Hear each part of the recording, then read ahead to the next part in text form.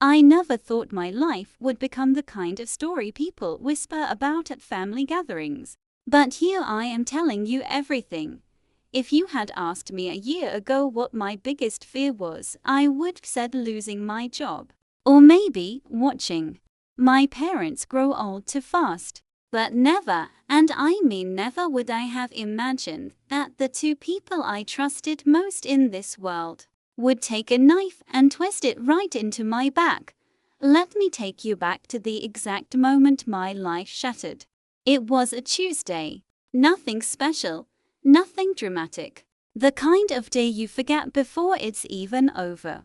I was leaving work early for once because I had a surprise. You see, my husband, Daniel, and I were just days away from our 8th wedding anniversary. 8 years of for better or worse. 8 years of shared bills, shared dreams, and shared Sunday mornings with coffee and crossword puzzles. Sure, we'd had our ups and downs, but who doesn't? We were solid. Or so I thought.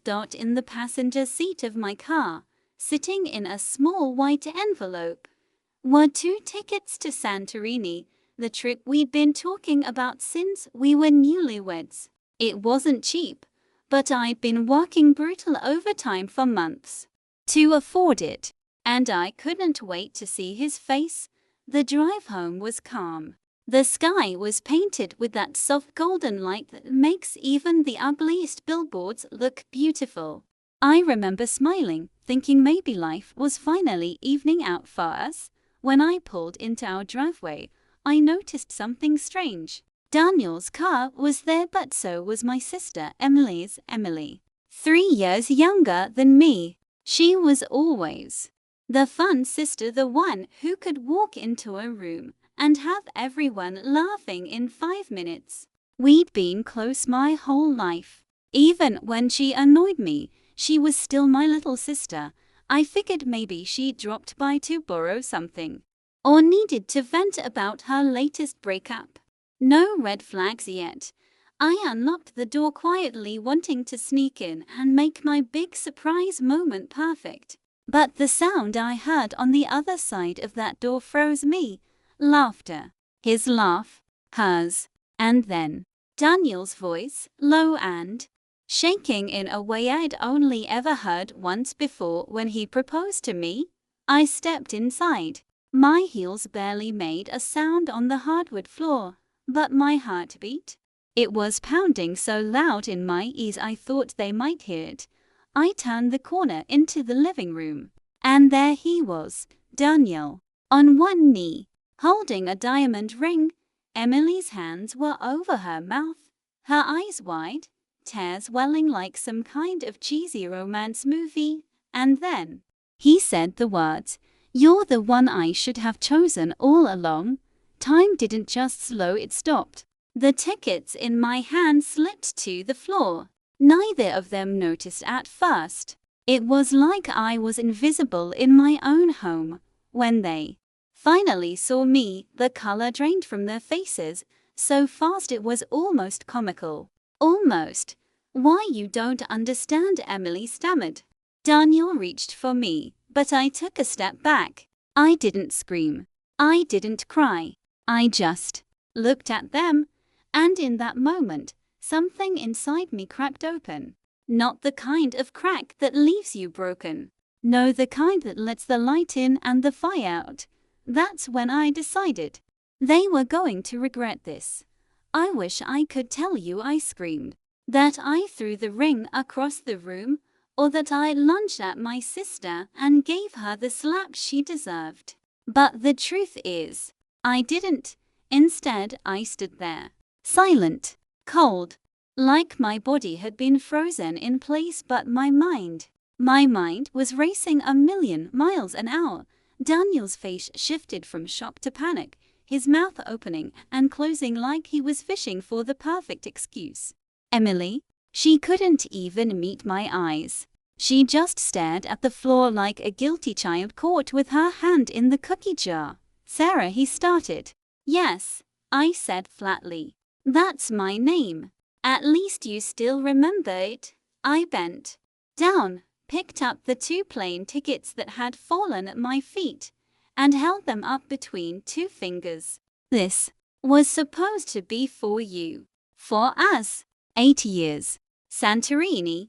My voice didn't crack. Not once. I wasn't giving them that satisfaction, Emily. Shifted uncomfortably, mumbling, "You don't get it." I cut her off. "Oh, I get it, Emily. I get it perfectly." Daniel tried to step closer, but I took 1 step back for every one he took forward, keeping a perfect, icy distance between us. In that moment, I wasn't his wife. I was a stranger, and he had no idea who he was dealing with anymore. "Move," I said. And like obedient little actors in my unfolding drama, they stepped aside.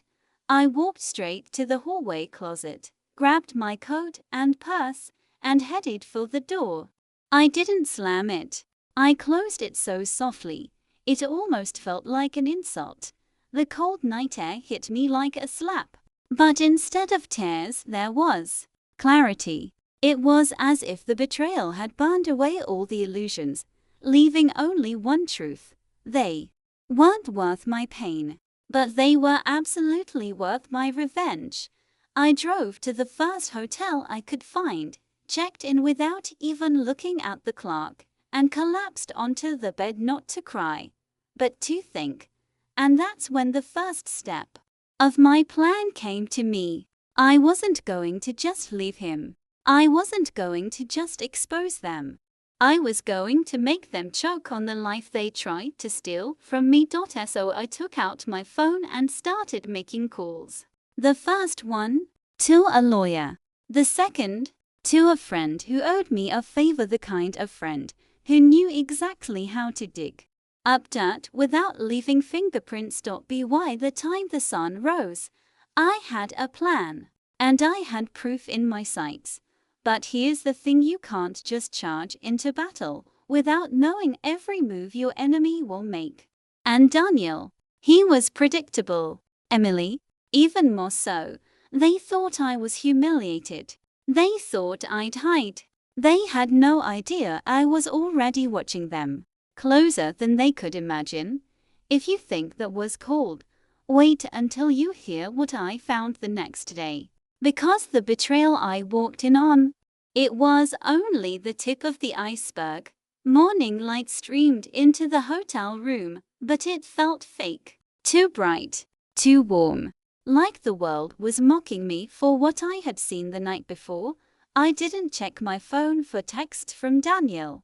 I knew there'd be probably a mix of guilt and excuses. Something like, "It's not what it looked like," or "We need to talk." I didn't want his words in my head. I wanted facts. Bam. I was in the hotel lobby, laptop open, coffee in hand. The first thing I did was log into our shared bank account. Danielle and I had always had a joint account for bills and savings, plus my personal account for my own spending. Except, lately, that shared account had been looking suspiciously thin. At first, I thought maybe he'd been investing in his business, the one I had helped him start 3 years ago. But when I started scrolling through the transactions, my stomach dropped. There were charges from high-end restaurants I'd never been to, hotels, jewelry stores, and not just in our city. Some of them were out of town during weekends. I had been working overtime. It wasn't just cheating. It was funded cheating. With my money, I called my friend Claire, the one who could dig into anyone's life like a human search engine. I told her what happened, and she didn't even waste time with "Oh my God." She just said, "Give me 48 hours. I'll find everything." While I waited, I did my own digging. I went through my phone's cloud storage and found photos from the last few months. Family dinners, barbecues, movie nights. And there they were. Daniel and Emily always sitting next to each other, leaning in just a little too close, smiling at some inside joke. I'd been blind, But now that I was looking for it, the truth was glaring. That night, Claire called me. Her voice was almost giddy. "Sarah, you're not going to believe this. He's been taking her to the same restaurant he took you to when you first started dating. Every single Friday night." I closed my eyes, letting that sink in. The place where we'd had our first kiss, now tainted with their lies. "And get this," she continued, "they've been messaging each other for over a year. I have screenshots. And your sister, she's been using your name to get into events, pretending to be you when it benefits her." That last part lit a new kind of fire in me. It wasn't just betrayal. It was theft. Of my money. Of my marriage. Of my identity. I sat there in that hotel room, staring at the proof, and something in me shifted completely. This wasn't going to be a dramatic breakup. This was going to be a demolition. Carefully planned, perfectly timed, and so thorough that they would never recover. The first step, getting closer to them again just enough to make them think I was too broken to fight. Because people never guard themselves around someone they believe is already defeated. If you think watching them betray me was bad, wait until you see what I had to pretend to do next. 2 days after catching my husband on one knee in front of my sister, I did the most unexpected thing imaginable. I went home, not to fight, not to forgive, but to play. I stood outside our front door for a full minute just listening. Inside, I could hear Daniel moving around, drawers opening and closing. Emily's voice floated through the hall, light and casual, like she had any right to be comfortable in my house. I forced my face into the expression I had practiced in the hotel bathroom mirror, a little tired, a little sad, but understanding. Not angry, not dangerous. When I stepped inside, both of them froze. Daniel's eyes darted to Emily, then back to me. "Sarah, you're back." His tone was cautious, like he didn't know if I was going to scream or collapse. I smiled softly. "Yeah, I thought about it. And I don't want to throw away 8 years over a mistake." The word mistake made Emily flinch. "Good." Daniel's shoulders relaxed just a little. I'm glad you're willing to talk." I set my purse down, moving slowly, deliberately, like I was someone who'd been wounded but still loved them enough to stay. Inside, my blood was boiling. On the outside, I was the picture of fragile forgiveness. Over dinner, awkward, quiet dinner, I told them I needed some time to process everything, and that maybe we should all just try to move forward for now. Danielle jumped at the idea. Emily was quieter, studying me like she could sense something was off. I gave them just enough vulnerability to sell it. No accusations, no cold shoulders, just wounded acceptance. That night, I didn't sleep in our bed. I claimed I needed space and set up in the guest room. But really, I needed that room for my equipment. Earlier that day, I bought 3 tiny motion-activated cameras and some discreet audio recorders. By the next evening, they were hidden, one in the living room, one in the kitchen, and one in the home office. The recorders went under the couch cushions and inside a decorative vase on the console table. If they thought I had forgiven them, they'd be careless. And careless people leave evidence. Over the next week, I played the role of the grieving but trying wife-sister perfectly. I even let Emily help me cook, and I laughed at Daniel's dumb jokes. They relaxed. They whispered less. They didn't even notice when I slipped into the office late at night to check the footage. And what I found was gold. The first clip was Daniel and Emily arguing in the kitchen. About me. About money. about the fact that I wasn't taking the bait to leave willingly so they could have the house. The second was worse. They had already discussed selling my grandmother's jewelry, something I had inherited years before and kept locked in a small safe. Daniel even joked about pawning it for their honeymoon fund. That was the moment I decided this wouldn't just be about ending things. This would be about ruining them, and step 2 of my plan was already forming. A public reveal so brutal, so perfectly timed, that they wouldn't have a single person left on their side when it was over. But for that, I needed one more thing: undeniable, inescapable visual proof. The kind that no one could deny, and oh, I got it. By the time the second week rolled around, they were comfortable again. Too comfortable. Daniel was back to humming in the mornings while making coffee. Emily had started leaving her jacket hanging on the back of a dining chair like she lived here. And that's exactly what I wanted. People only slip when they think the ground is steady beneath them. The cameras had been feeding me hours of footage, some of it boring, some of it rage-inducing. But one night, I struck gold. It was a Friday evening. I'd told them I was going to a late meeting at work.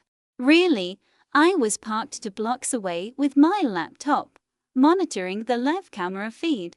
Daniel opened a bottle of wine. Emily walked in wearing a silk robe that I knew she didn't own before. And then, as if they were in some cheesy soap opera, they started talking about the proposal redo they were planning for the end of the month. My stomach churned, but I kept recording. Then Daniel said the one line that made my revenge ironclad: "I can't wait until we're married and we can finally sell this place. Sarah won't know what hit her." Emily laughed, leaned over and kissed him. Right there in my living room, on the couch we'd picked out together. I took a screenshot of the feed and sent it to myself. Then I clipped the audio, isolating that one sentence. Because in court and in public that was going to be a weapon. But I wasn't done. Over the next few days, I made sure to capture them being affectionate in my home. Hand-holding in the kitchen, cuddling on the sofa, flirting in the hallway. Each piece was another nail in the coffin. And I wasn't just thinking divorce court, I was thinking audience. You see, Daniel's business was built on reputation. He relied on clients trusting his family values image. Emily, she'd been trying to launch some influencer nonsense online, all about sisterhood and loyalty. The hypocrisy was so thick, I could taste it. By the end of the month, I had enough footage to make even the most sympathetic family member turn on them. But timing was everything. And I had the perfect event coming up. Our 8th wedding anniversary dinner. They didn't know I was still planning it. They thought it had been quietly cancelled. But in my head, it had simply changed purpose. Instead of a celebration of love, it was going to be the grand opening of their personal hell. Invitations went out to family, friends, Daniel's clients, and Emily's little social media circle. The guest list looked like a networking dream, and I made sure both of them thought it was my way of moving forward. The night before the dinner, I watched the footage one last time, labeling each clip so it would play in perfect sequence. When the projector rolled, it would take exactly 5 minutes to dismantle their entire lives. If you think catching them on camera was brutal, wait until you hear what happened when I press play in front of 50 people. The restaurant was perfect, elegant but cozy, with warm lighting that made everyone look just a little softer, a little more trusting. Daniel always said it was our spot, the place we'd celebrated every anniversary since our 2nd year together. This time, though, it wasn't for us. It was for me. I arrived early, wearing the navy dress Daniel had once said was his favorite. It wasn't for him, it was for the image. The loving wife, radiant and gracious, welcoming her guests. The projector sat discreetly at the far end of the room, tucked behind a screen that was already in place for a surprise slideshow. I told everyone it was a little trip down memory lane. Technically, I wasn't lying. Daniel walked in looking smug, dressed in the suit I'd bought him for his last birthday. Emily followed, playing the part of the supportive sister, hugging people and smiling like she wasn't about to become the main attraction in a scandal. They had no idea. Dinner was served, wine was poured, and polite conversation flowed. I laughed at Daniel's stories, nodded at Emily's attempts to make herself likable, and made sure every single guest was comfortable. Because comfort makes shock hit harder. When dessert was cleared, I stood. "Thank you all for coming tonight," I began, smiling warmly. I wanted to take a moment to share some memories from the past year. It's been an unforgettable one. The first slides were harmless. Photos of us on trips, snapshots of family gatherings, even a few old childhood pictures of Emily and me. Everyone smiled. Daniel put his arm casually along the back of my chair, and then the footage changed. The room went silent as the video cut to my living room, Emily in her silk robe, Daniel pouring wine. Then his voice. "I can't wait until we're married and we can finally sell this place. Sarah won't know what hit her." Gasps. Utensils clattered onto plates. Emily's smile vanished. Daniel's face went from pink to ghost white. Clip after clip rolled. Them kissing in the kitchen, holding hands in the hallway, arguing over selling my grandmother's jewelry. The whispers around the table grew louder, sharper. I just stood there, serene, watching them unravel. When the last clip ended, I let the silence sit. Then I spoke, my voice clear and steady. 8 years, Daniel. And this is what you do. Emily. I hope the ring fits better than the sisterhood you threw away. I turned to the guests. Consider this dinner my goodbye party. Divorce papers will be filed Monday. As for Emily, she's no longer welcome in my home, my family, or my life.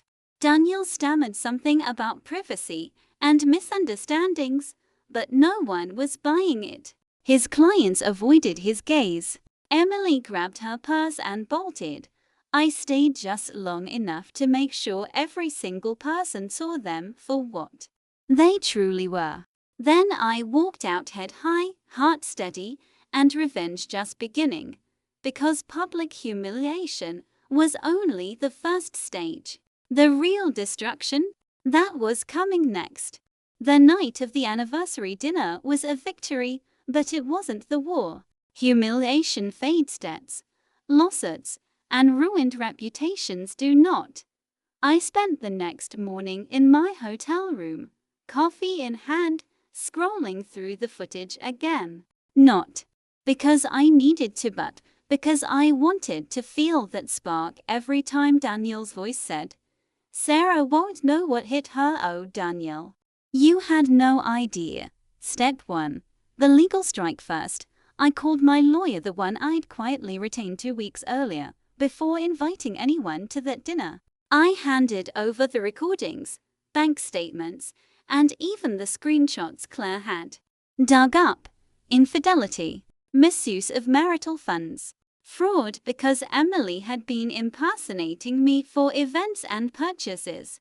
My lawyer's voice stayed calm, but I could hear the satisfaction in his tone when he said, "With this evidence, Sarah, we can take him for everything he's worth. And your sister, she's looking at potential charges." Step 2.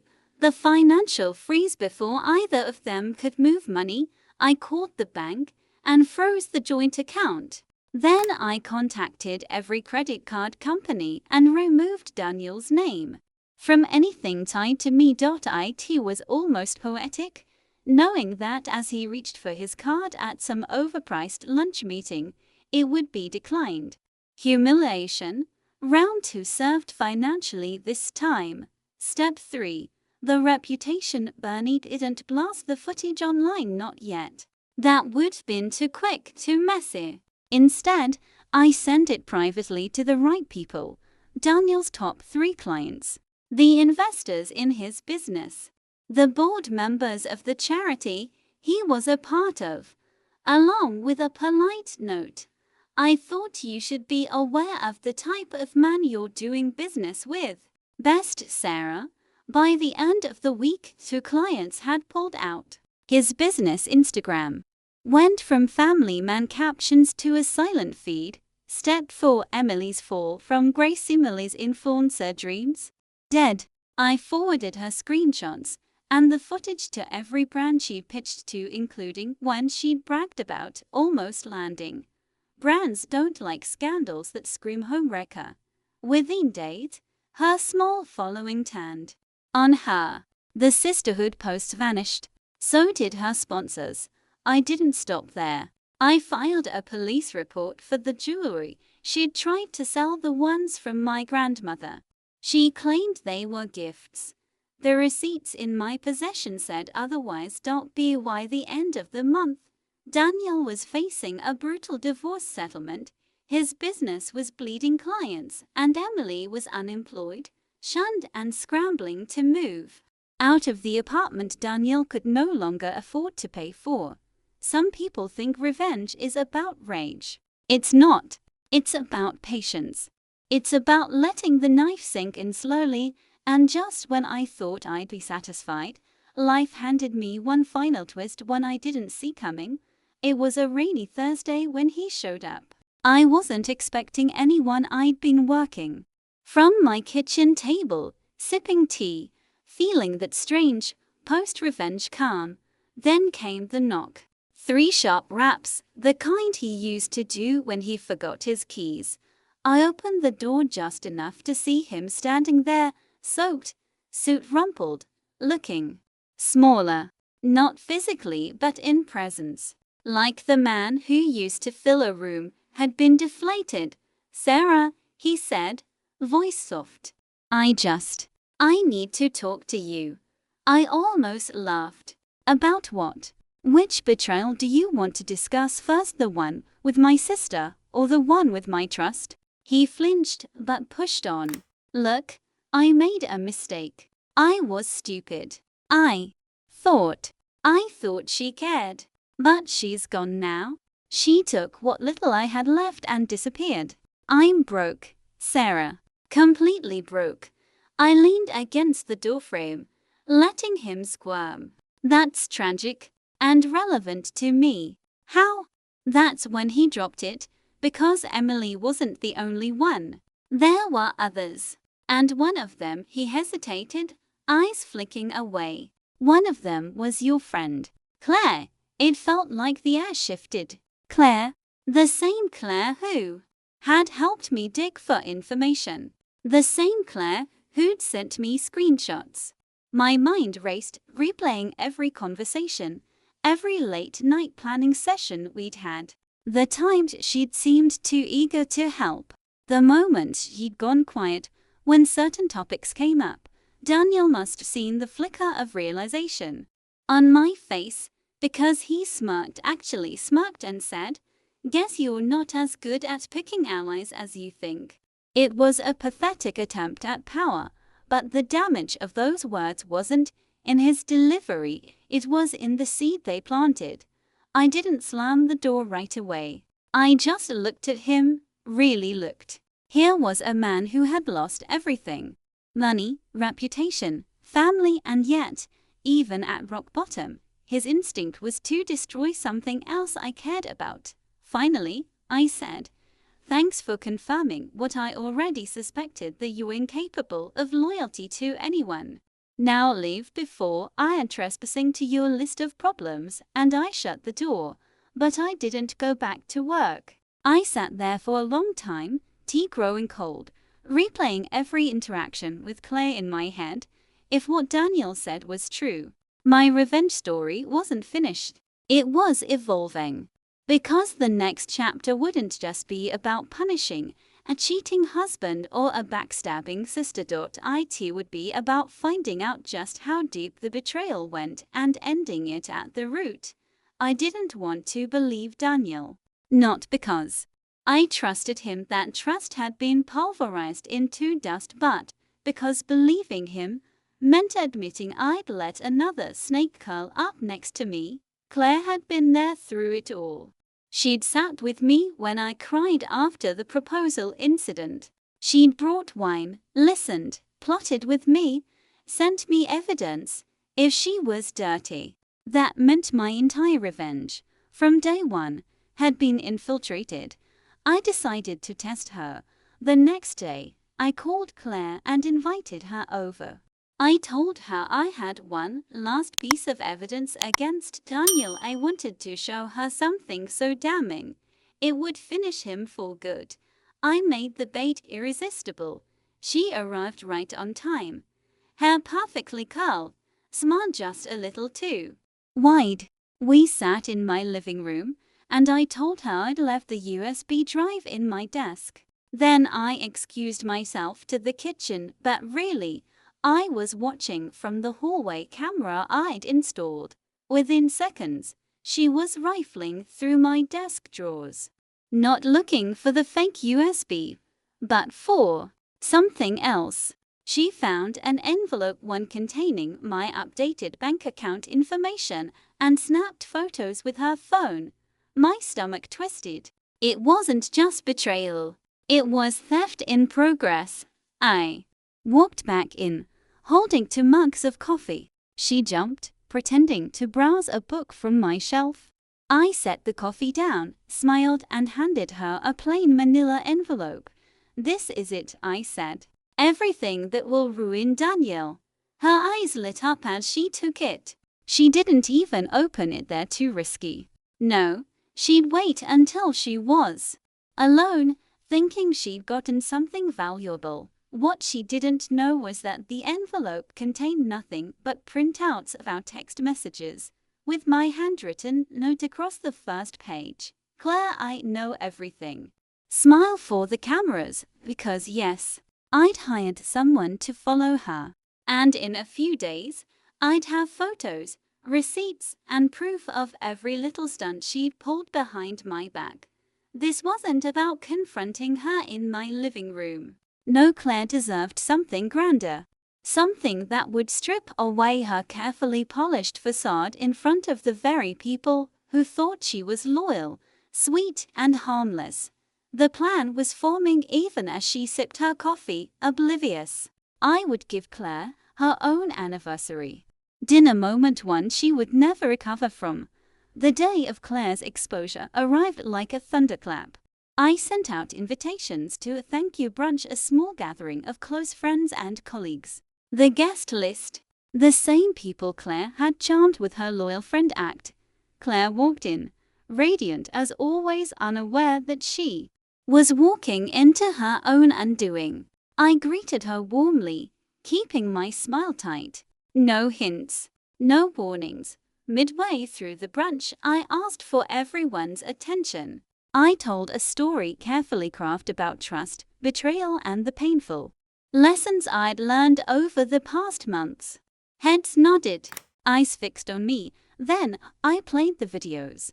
Footage of Claire sneaking through my desk drawers. Photos of her taking pictures of my bank info. Screenshots of her lying about her involvement in the sabotage against me. Gasps filled the room. Claire's face paled. Her mask shattered before our eyes. Friends whispered, exchanged looks. One by one, people stepped back. I concluded softly, sometimes the deepest wounds come not from enemies, but from those we call friends. But justice has a way of finding its way home. Claire tried to speak, to explain, but no one wanted to hear it. After that day, Claire was cut out of my life completely. The betrayals of Daniel, Emily, and Claire had severed my past, but they hadn't broken me. I rebuilt, stronger, wiser, and more careful about who I trusted, because in the end, revenge isn't about hurting others. It's about taking back your power, your dignity, and your future. Thank you for joining me on this journey, a story of betrayal, heartbreak, and the fierce, unyielding power of a woman who refused to be a victim. What do you want to hear from us in next video? If you have any incident in your life, please let us know. We would love to share your story.